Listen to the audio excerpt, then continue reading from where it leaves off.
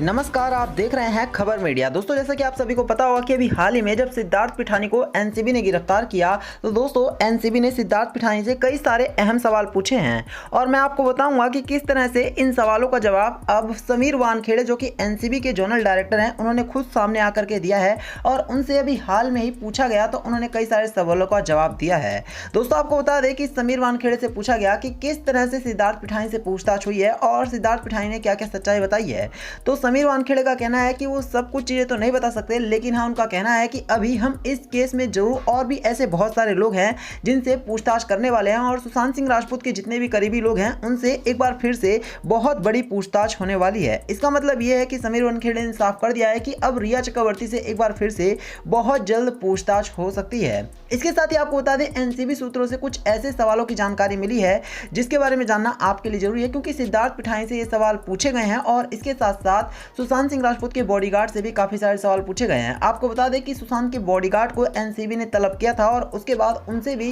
कई तरह के सवाल पूछे गए हैं। तो मैं आपको बताता हूं कि उनसे कैसे सवाल पूछे गए हैं। सबसे पहले सुशांत के बॉडीगार्ड से पूछा गया कि तुम सुशांत सिंह राजपूत के साथ कितना समय तक रहते थे। तो बॉडीगार्ड का यह कहना था यहाँ पर कि वो लगभग दिन के 24 घंटे में से पहले तो 18 घंटे तक सुशांत के साथ रहते थे, लेकिन जब से सुशांत सिंह राजपूत के साथ रिया चक्रवर्ती रहने लग गई थी उसके बाद वो सुशांत के साथ बेहद ही कम रह पाते थे। वो अक्सर करके अपनी गाड़ी में बैठा रहा करते थे और सिर्फ सुशांत सिंह राजपूत अपने कमरे में ही रहा करते थे, जिससे ये पता चलता है कि सुशांत सिंह राजपूत बेहद ही कम बॉडीगार्ड के साथ रहने लग गए थे। साथ ही साथ ये पूछा गया कि सुशांत सिंह राजपूत और रिया चक्रवर्ती किस तरह से साथ रहा करते थे। तो बॉडीगार्ड का कहना है कि उनको इसके बारे में कोई ज्यादा जानकारी नहीं है, लेकिन हाँ यहाँ पर बॉडीगार्ड ने कहा है कि रिया चक्रवर्ती सुशांत के पैसों को बहुत ज्यादा खर्च करती थी और साथ ही साथ रिया चक्रवर्ती सुशांत के पैसों से शॉपिंग भी करती थी। साथ ही बॉडीगार्ड से पूछा गया कि सुशांत सिंह राजपूत के घर वाले 8 महीने तक सुशांत से मिलने के लिए क्यों नहीं आए थे पिछले 8 महीने तक, जिसमें बॉडीगार्ड ने कहा कि जब से रिया चक्रवर्ती सुशांत के साथ रहने लग गई थी उस टाइम पर पूरी तरह से सुशांत की फैमिली ने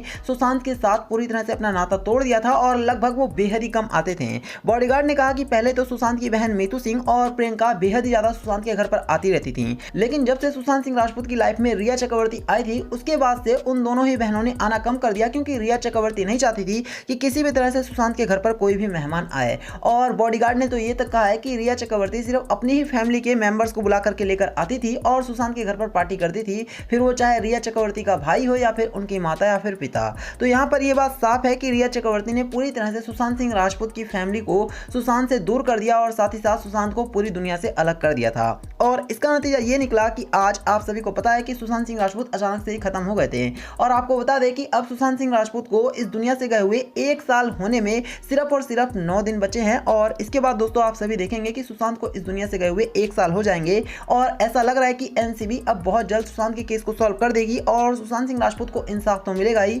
साथ ही पता चल जाएगा कि सुशांत सिंह राजपूत को किसने खत्म किया था। तो यही था वीडियो में। वीडियो को लाइक करना, इसे शेयर करना और चैनल को सब्सक्राइब करना। धन्यवाद।